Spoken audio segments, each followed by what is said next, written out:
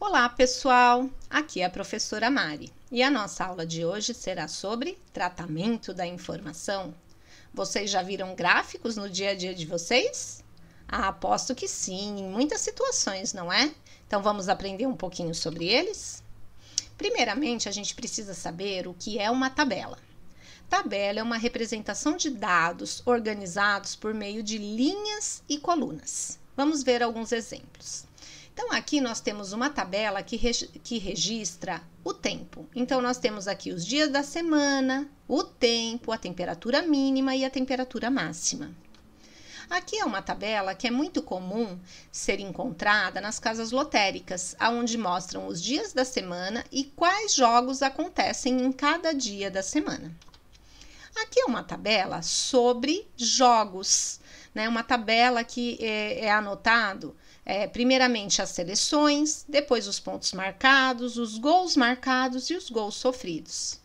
E essa é uma tabela muito utilizada nas vendas pela internet. Nesse caso aqui é um shortinho de bebê e na tabela a gente tem as informações das medidas para que a gente saiba qual tamanho escolher de acordo com a criança para a qual a gente está comprando esta roupa, né? Então, aqui nós temos o tamanho da largura, o tamanho da altura e o tamanho do quadril.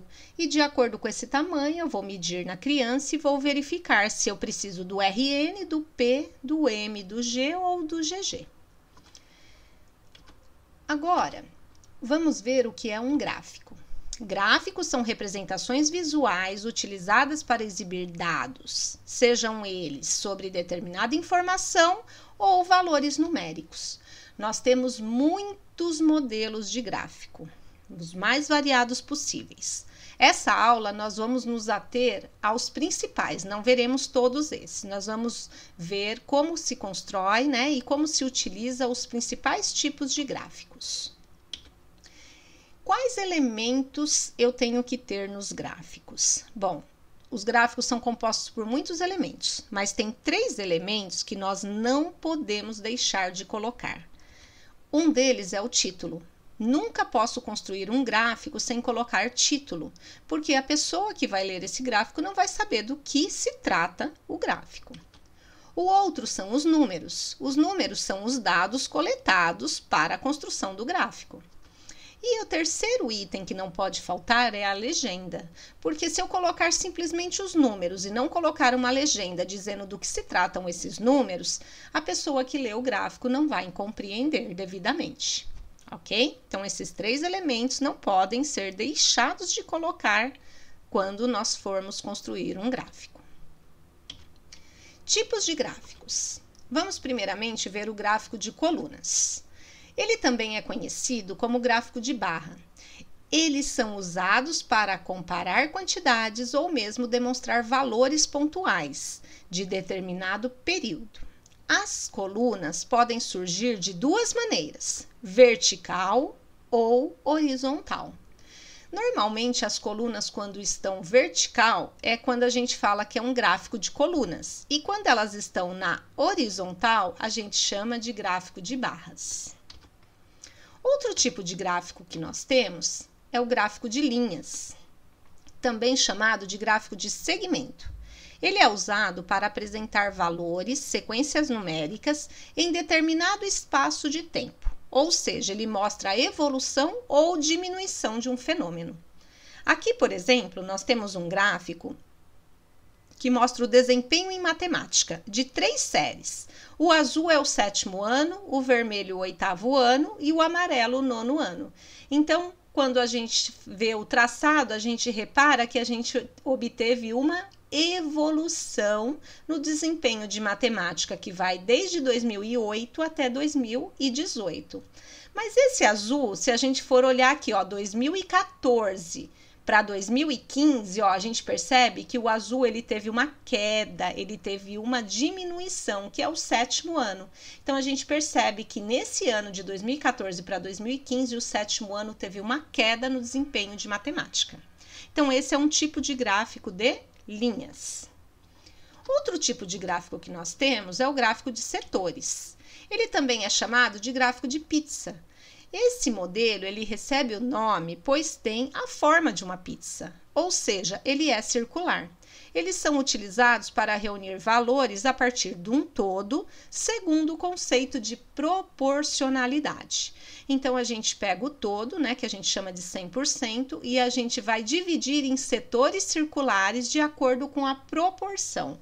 Eles podem ter os seus dados representados em porcentagem, mas também podem ser dados representados numericamente, tá? Vocês vão encontrar das duas formas. Então, esse é o gráfico de setores ou o gráfico de pizza. Vamos então a um exemplo? Uma pesquisa com estudantes das turmas do 5º ano sobre programas de televisão preferidos registrou o resultado na tabela abaixo. Então, nós fizemos uma pesquisa em uma sala de 5º ano e aí 12 alunos disseram que preferem desenhos animados. 8 alunos disseram que preferem filmes. 10 alunos preferem séries e 3 alunos disseram que preferem assistir noticiários. Então, vamos ver algumas informações nessa tabela.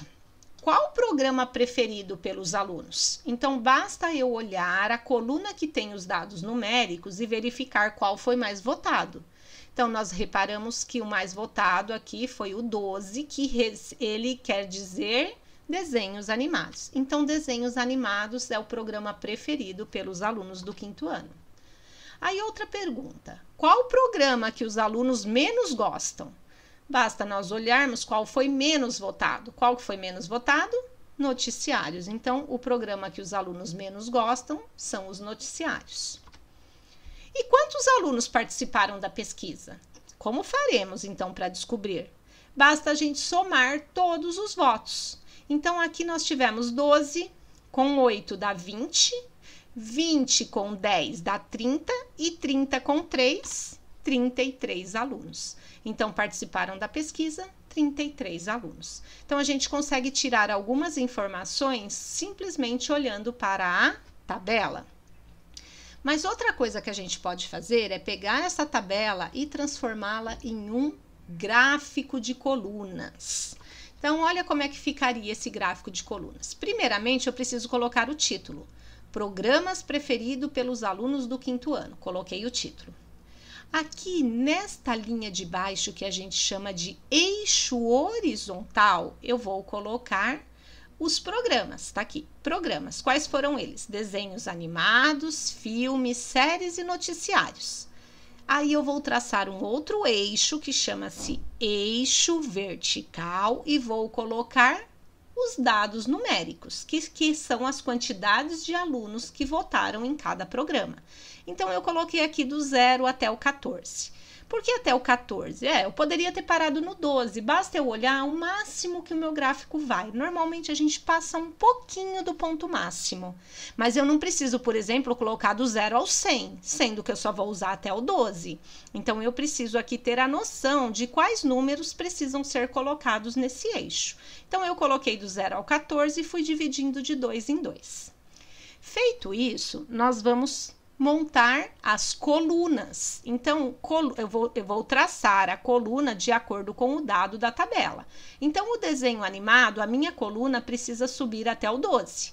Então, ó, eu vou traçar uma coluna aqui até o 12 e fecho essa coluna. Normalmente, essa coluna ela é traçada em forma de retângulo. E os retângulos têm que ter a mesma medida, tá? Então, aqui a largura que eu coloquei aqui, eu tenho que colocar em todos, para que fique um gráfico proporcional.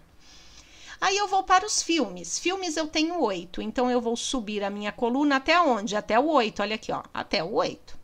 Séries, eu tenho 10, então eu subo a minha coluna até o 10. Olha aqui o traço do 10, minha coluna foi até o 10. Noticiários, eu tenho 3. Então, ó, aqui eu tenho 2, aqui eu tenho 4. Então, o 3 é aqui no meio, entre o 2 e o 4. E aí, eu tracei as minhas 4 colunas que representam esta tabela. Então, os valores são representados por retângulos com base de mesma medida. Então, aqui embaixo, ó, a largura tem que ser igual, tá?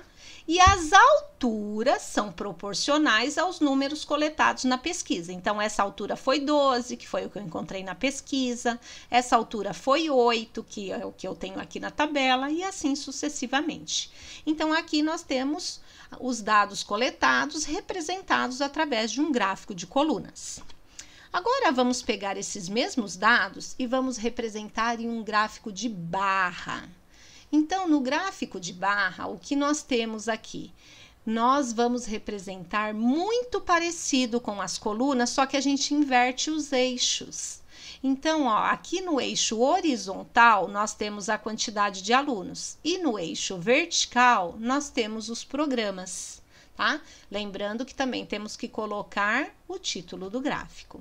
Então, ó, desenhos animados 12. Então, eu vou traçar aqui um retângulo que vai até o 12, tá?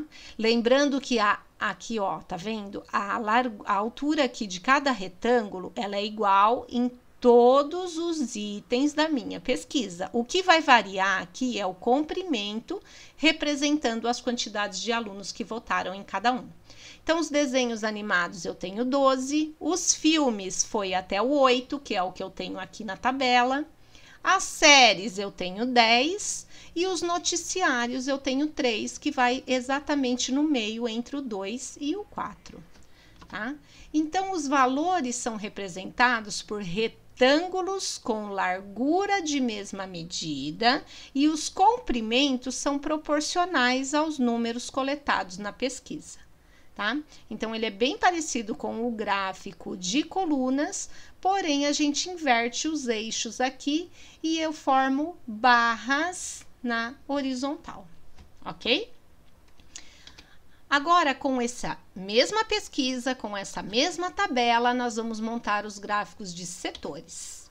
Então, no gráfico de setor, a gente vai pegar esses dados e a gente vai ter que dividir uniformemente, proporcionalmente, tá? Entre todos os segmentos que nós temos aqui dentro desse setor. Então, ó, a medida do ângulo central forma um setor circular proporcional aos dados apresentados. Eu tenho que colocar uma legenda de cores aqui embaixo para que a pessoa que está vendo esse gráfico consiga entendê-la. Então, o azul aqui, que é 12, ó, representa os desenhos animados. Tive 12 votações no desenho animado. O laranja, que são os filmes, eu tive 8. O cinza, que são as séries, eu tive 10. E o amarelinho, que são os noticiários, eu tive 3 votos. E aí, eu tenho esses dados representados em um setor circular. Ok? Um outro exemplo. Foram medidas as temperaturas máximas e mínimas durante 6 meses no estado de São Paulo no ano de 2012. Os resultados foram registrados na tabela abaixo. Então, nós temos aqui, desde o mês de janeiro até o mês de julho, janeiro, fevereiro, março, abril, maio, junho e julho. E nós temos, na primeira linha, a temperatura mínima e na segunda linha, a temperatura máxima. Tudo medido em graus Celsius, ok? Então, em janeiro, a mínima foi 16, a máxima 26. Em fevereiro, a mínima 16, a máxima 26. Em março, a mínima 16, a máxima 25 e assim por diante. Agora, nós vamos pegar esta tabela e vamos transformar em um gráfico de linhas. Então, olha aqui como é que fica esse gráfico de linhas. Aqui, no eixo horizontal, nós temos os meses do ano. Janeiro, fevereiro, março, abril, maio, junho e julho. Aqui, no eixo vertical, nós temos as temperaturas. Então, como o máximo que eu tive foi 26, eu fiz o meu eixo até 30. Tá? E fui intercalando de 5 em 5, tá? Então, fiz 0, 5, 10, 15, 20, 25, 30. A partir daí, a gente começa a colocar os valores. Então, em janeiro, eu tive mínima de 16 e máxima de 26, ó. Eu coloquei aqui embaixo a legenda. O azul representa a mínima, o laranja representa a máxima. Então, ó, em janeiro, 16 de mínima, percebam que está um pouquinho acima do 15, e 26 de máxima, está um pouquinho acima do 25. Em fevereiro, eu tive as mesmas variações de temperatura. Então, percebam que o gráfico aqui ficou em linha reta, ele não variou. Ele nem subiu, nem desceu, permaneceu com as mesmas temperaturas. Em março, a mínima continuou a mesma, 16. Então, olha aqui, o azul continuou reto em março. Porém, a temperatura máxima caiu um pouquinho, foi para 25. Então, percebam aqui, ó, que aqui ela teve uma queda, ó, ela veio aqui para a linha do 25. Já em abril, a mínima foi de 13 e a máxima de 23. Então, em abril, 13, ó, percebam que está abaixo do 15. E a máxima foi de 23. Então, olhem aqui, ó. Eu tenho aqui o 25, desceu, está aqui embaixo no 23, tá? Em maio, nós tivemos mínima de 11 e máxima de 21. Então, aqui, ó, está no 11. Olha, aqui a linha do 10, ele está um pouquinho acima do 10, está no 11. E aqui a linha do 20, ela está um pouquinho acima do 20, que é o 21. Em junho, eu tive mínima de 10 e máxima de 20. Então, ó, mínima de 10, máxima de 20. E em julho, eu tive a mesma temperatura. Então, de junho para julho, olha, a linha permaneceu contínua. Ela não teve nem avanço e nem queda. Então, nós temos aqui um exemplo de gráfico de linhas. As linhas são usadas para representar a quantidade de dados que ocorrem em um período de tempo contínuo. Ok? Bom, então, gráficos e tabelas são recursos utilizados para apresentar os dados de forma organizada e facilitar a leitura e compreensão das informações. Ok? Espero que tenham entendido. Aqui termina a nossa aula de hoje. Até a próxima videoaula, pessoal. Tchau, tchau!